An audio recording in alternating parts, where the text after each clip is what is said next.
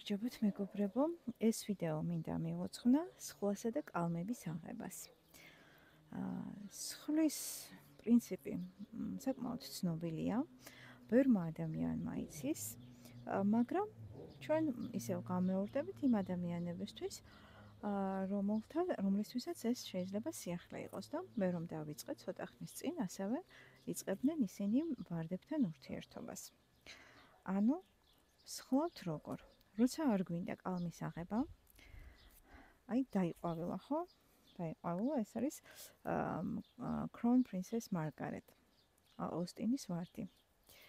დაიყვავილა ესეთ თაიგულად და ეხლა მინდა გადავჭრა ისე რომ დავასტიმულირო შემდეგი ყვავილობა.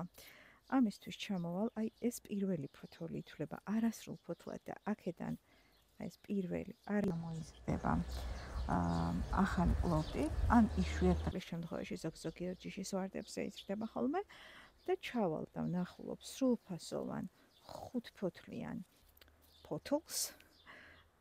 ტავტოლოგია გამომივიდა და ჭრი ოდნავ ზემოთ.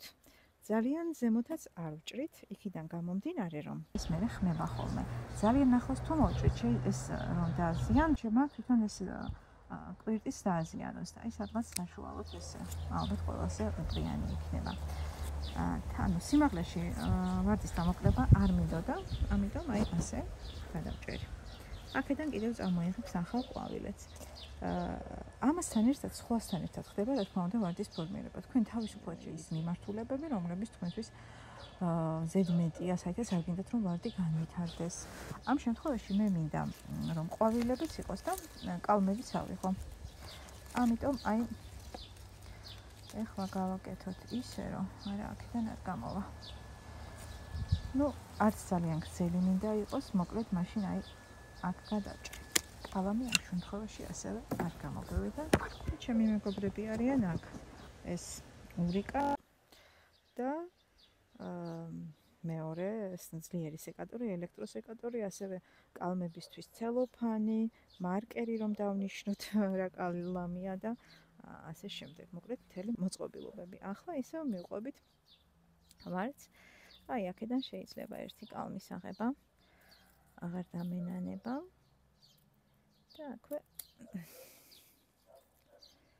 და აქვე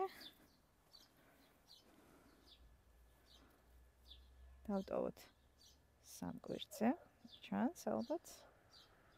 აი ასე. ზემოთა ფოთოლს ვუტოვებ, ესე, მაგრამ ეხლავე გამამზადებ და აი ქვედა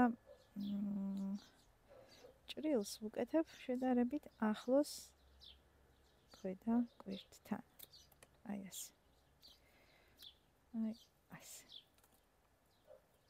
ვაიმე. გამოგვივიდა ერთი კალამი, ცოტა წვრილია, მაგრამ უკეთესები ამ შემთხვევაში არ გვაქვს.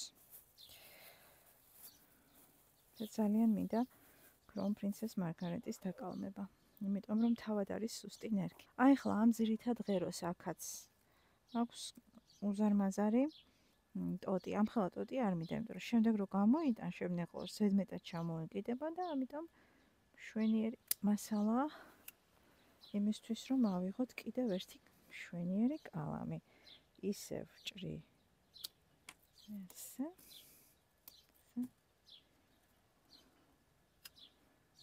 ამას 4-ზე დავტოვებ. თუმცა 3-ზეც მშვენიერია.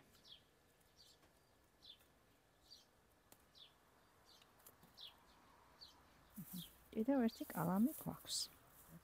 ამ გასხლის დროს ძალიან მნიშვნელოვანია, აი პირველი ტალღის შემდგომ გასხლის დროს ძალიან მნიშვნელოვანია რომ მოხდეს დათვალიერება მცენარის.